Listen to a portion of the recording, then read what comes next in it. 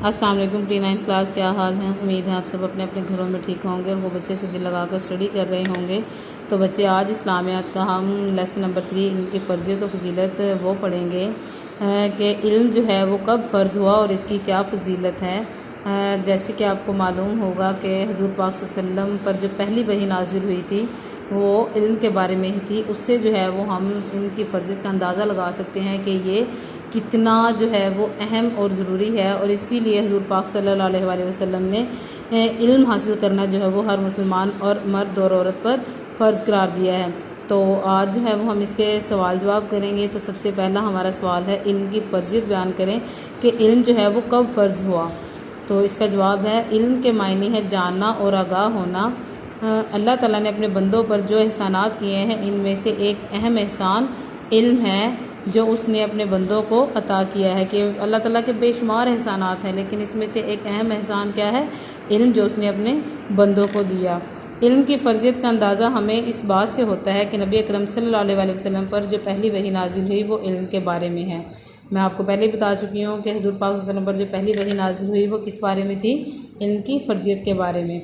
अरशाद रब्बानी है, बिस्मिल्लाहिर्रहमानिर्रहीम, इक़रा बिस्मि रब्बिकल्लज़ी ख़लक़ा ख़लक़ल इंसाना मिन अलक़िन इक़रा व रब्बुकल अकरमुल्लज़ी अल्लमा बिल कलमी अल्लमल इंसाना मालम यालम। ये सूरा अल्क है। सूरा अल्क की आयत नंबर 1 से 5। अब इसका तर्जुमा जो है वो पढ़ते हैं।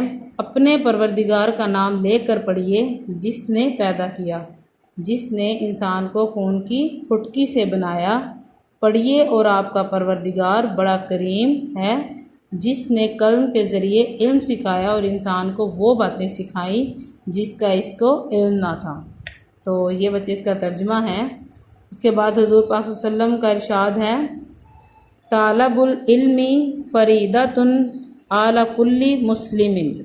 इसका तर्जुमा है, ये हदीस है बच्चे। पहले जो हमने पढ़ा वो अरशाद रब्बानी के अल्लाह ताला ने हुज़ूर पाक सल्लल्लाहु अलैहि वसल्लम पर जो पहली वही नाजिल की थी उसकी सूरा अलग की आयत और उसका तर्जुमा पढ़ा था। अब जो है वो जो मैंने पढ़ा वो हुज़ूर पाक सल्लल्लाहु अलैहि वसल्लम का इरशाद है। ये हदीस है। इसका तर्जुमा है, इल्म हासिल करना हर मुसलमान मर्द और औरत पर फ़र्ज़ है।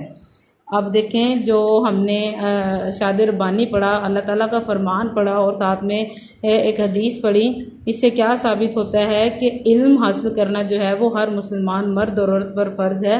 इसलिए जो है वो हमें इसमें किसी भी किस्म की कोताही नहीं करनी चाहिए, इल्म हासिल करना चाहिए। इल्म हासिल करेंगे तभी जो है वो हम दुनिया और आखिरत में कामयाबी जो है वो हासिल कर सकते हैं। हम अल्लाह का जो अल्लाह के नज़दीक जा सकते हैं। जो अल्लाह ताला ने मुसलमानों पर फ़राइज़ जो हैं वो बनाए हैं वो हम अच्छे से अदा कर सकते हैं। तो उसके बाद नेक्स्ट हमारा क्वेश्चन है, इस्लाम में इल्म को क्या अहमियत हासिल है, वजाहत करें। कि इस्लाम में हमारा जो इस्लाम है इसमें इल्म को क्या अहमियत हासिल है ये हमने बयान करना है। तो यहाँ पर जो है वो कुछ हवाला जात दिए गए हैं और इसमें एक बहुत अच्छा जो है वो किस्सा भी बताया गया, वो देखते हैं। जवाब है, इंसान ज़मीन पर अल्लाह ताला का खलीफा और नाइब है। इसे इल्म की बदौलत तमाम मखलूक़ात पर फजीलत हासिल है। कि एक इल्म ही है बच्चे जिसकी वजह से अल्लाह ताला ने तमाम मखलूक़ात पर इंसान को फजीलत बख्शी। अल्लाह ताला ने कुरान मजीद में किस्सा आदम और इब्लीस बयान करते हुए हज़रत आदम अलैहिस्सलाम की फ़रिश्तों पर बरतरी का भी ज़िक्र किया है। कि किस्सा हज़रत आदम अलैहिस्सलाम और इब्लीस का जो है वो बयान किया है, और उसमें जो है वो हज़रत आदम अलैहिस्सलाम की फ़रिश्तों पर बरतरी का ज़िक्र किया है। अल्लाह ताला ने जब आदम अलैहिस्सलाम को तख्लीक कर दिया, कि हज़रत आदम अलैहिस्सलाम को जब बनाया तो कुछ चीज़ों के नाम फ़रिश्तों से पूछे। अब अल्लाह ताला ने हज़रत आदम अलैहिस्सलाम को बनाया था और नाम जो कुछ चीज़ों के नाम जो है वो फ़रिश्तों से पूछे। फ़रिश्ते इन चीज़ों के नाम ना बता सके। अल्लाह ताला ने हज़रत आदम अलैहिस्सलाम से कहा कि वो इन चीज़ों के नाम बताएं, तो हज़रत आदम अलैहिस्सलाम ने नाम बता दिए। कि देखिए, अल्लाह ताला ने जो है कि फ़रिश्तों को उन चीज़ों के नाम का नहीं पता था, लेकिन हज़रत आदम अलैहिस्सलाम को उन फ़रिश्तों के नाम का पता था, क्योंकि अल्लाह ताला ने हज़रत आदम अलैहिस्सलाम को उन चीज़ों के नाम जो है वो पहले ही बता दिए थे। अल्लाह ताला ने इस इल्मी बरतरी की वजह से फ़रिश्तों को हुक्म दिया कि वो हज़रत आदम अलैहिस्सलाम को सजदा करें। कि फ़रिश्तों का जब वो नाम नहीं आए तो अल्लाह ताला ने फ़रिश्तों को क्या हुक्म दिया कि वो हज़रत आदम अलैहिस्सलाम को जो है वो सजदा करें। क्यों? क्योंकि जो है वो इनको इन चीज़ों का इल्म है। तमाम फ़रिश्तों ने हज़रत आदम अलैहिस्सलाम को सजदा किया। फ़रिश्ते आपको पता है अल्लाह ताला की नूरी मखलूक है, अल्लाह ताला की इबादत करते हैं, अल्लाह ताला का हुक्म मानते हैं, उसमें किसी किस्म की भी कोताही नहीं करते। तो जब फ़रिश्तों को अल्लाह ताला ने हुक्म दिया कि हज़रत आदम अलैहिस्सलाम को सजदा करें तो फ़रिश्तों ने हज़रत आदम अलैहिस्सलाम को सजदा कर दिया, मगर इब्लीस ने इनकार किया। इब्लीस मीन शैतान जो है उसने इनकार किया और उसने जो है फ़ख्र और गुरूर का जो है वो मुज़ाहरा किया कि हज़रत आदम अलैहिस्सलाम जो है वो मिट्टी से बने हैं और मैं आग से बना हुआ हूँ, तो मैं जो है वो मिट्टी से बने हुए इंसान को सजदा नहीं करूँगा। तो उस दिन से जो है वो बच्चे वो शैतान जो है वो इंसान का दुश्मन कहलाया है और क़यामत तक जो है वो इंसान का दुश्मन ही रहेगा। अल्लाह ताला ने इंसान को तमाम मखलूक़ात पर इल्म की बदौलत फ़रिश्तों पर बरतरी दी। इससे वाज़ह हुआ कि इल्म इंसान के लिए अज़मत की बुनियाद है कि इल्म जो है वो इंसान के लिए अज़मत मीन बड़ाई की बुनियाद है। नबी अकरम सल्लल्लाहु अलैहि वसल्लम ने अपने बारे में फ़रमाया कि इन्नमा बइस्तु मुअल्लिमन। हज़ूर पाक सल्लल्लाहु अलैहि वसल्लम ने अपने बारे में क्या फ़रमाया, इसका तर्जुमा है मैं मुअल्लम बनाकर भेजा गया हूँ, कि मैं मुअल्लम बनाकर भेजा गया हूँ, कि उस्ताद बनाकर भेजा गया हूँ। आप सल्लल्लाहु अलैहि वसल्लम अपने इल्म में इजाफ़े के लिए ये दुआ फरमाया करते थे कि हज़ूर पाक सल्लल्लाहु अलैहि वसल्लम अपने इल्म में इजाफ़े के लिए क्या दुआ पढ़ते थे, रब्बी ज़िदनी इल्मा, तर्जुमा मेरे रब मेरे इल्म में इजाफ़ा फरमा, कि मेरा जो इल्म है इसमें और ज़्यादा इजाफ़ा फरमा। उसके बाद है अहदे रिसालत में अशात इस्लाम, के हज़ूर पाक सल्लल्लाहु अलैहि वसल्लम के दौर में जो है वो इल्म जो है वो कैसे फैला।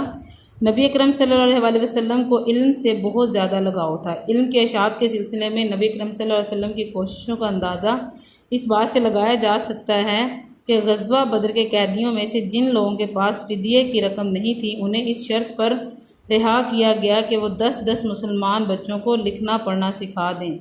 नबी अकरम सल्लल्लाहु अलैहि वसल्लम ने ख़वातीन को भी इल्म हासिल करने की तलकीन फरमाई कि बच्चे देखें, हज़ूर पाक सल्लल्लाहु अलैहि वसल्लम ने जब ग़ज़वा बदर हुआ तो उसके कैदी जो पकड़े तो हज़ूर पाक, क्योंकि जो कैदी थे वो पढ़ना लिखना जानते थे, तो हज़ूर पाक सल्लल्लाहु अलैहि वसल्लम ने फरमाया कि जो लोग फ़िदिया नहीं दे सकते, पैसे नहीं दे सकते, वो 10-10 बच्चों को जो है वो पढ़ना लिखना सिखा दें, उसके बाद उनको रिहा कर दिया जाएगा। उसके अलावा हज़ूर पाक सल्लल्लाहु अलैहि वसल्लम ने जो औरतें हैं, ख़वातीन हैं, उनको भी जो है वो इल्म हासिल करने की तलकीन फरमाई। आप सल्लल्लाहु अलैहि वसल्लम ने फरमाया इल्म हासिल करना मुसलमान मर्द और औरत पर फ़र्ज़ है, कि मुसलमान चाहे वो मर्द हो या औरत हो, इल्म हासिल करना उन पर फ़र्ज़ है। आप सल्लल्लाहु अलैहि वसल्लम ने यह भी फरमाया कि इल्म व हिकमत मोमिन की गुमशुदा मेरास है, जहाँ से मैसर हो इसे हासिल करने की कोशिश की जाए क्योंकि वही इसका सबसे ज़्यादा हकदार है। कि इल्म व हिकमत बच्चे मोमिन की गुमशुदा मेरास है, कि गुम हुई मेरास है। इसको जहाँ से भी इल्म के मोती जो हैं वो मिलते हैं उसे हासिल करने चाहिए, क्योंकि वही इसकी कामयाबी क्योंकि वही जो है वो सबसे ज़्यादा इसके हकदार हैं। तो क्योंकि मोमिन ही हैं, मुसलमान ही हैं बच्चे, अब जब तक हम इल्म हासिल नहीं करेंगे तब तक जो है वो हमें शऊर नहीं आएगा। इसलिए इल्म हासिल करना चाहिए और इसके लिए हमें ज़्यादा से ज़्यादा कोशिश करनी चाहिए। आप लोग भी जो है वो दिल लगाकर स्टडी किया करें। इसलिए जो है वो देखें, आपने यहाँ पर इस्लामियात में हज़ूर पाक सल्लल्लाहु अलैहि वसल्लम का फरमान, उसके बाद सबसे पहली वही जो नाजिल हुई उसमें भी आपको पता चला कि इल्म के बारे में ही जो है वो बयान किया गया है। तो अब आपने जो है वो इन क्वेश्चन आंसर को अच्छे से याद करना है। याद करने के बाद नीट नोटबुक पे राइट करके ग्रुप में शेयर करना है। इंशाल्लाह हमारा जो नेक्स्ट लेक्चर है उसमें हम इसके नेक्स्ट क्वेश्चन आंसर करेंगे। तब तक के लिए इजाज़त दीजिए। अल्लाह हाफिज़।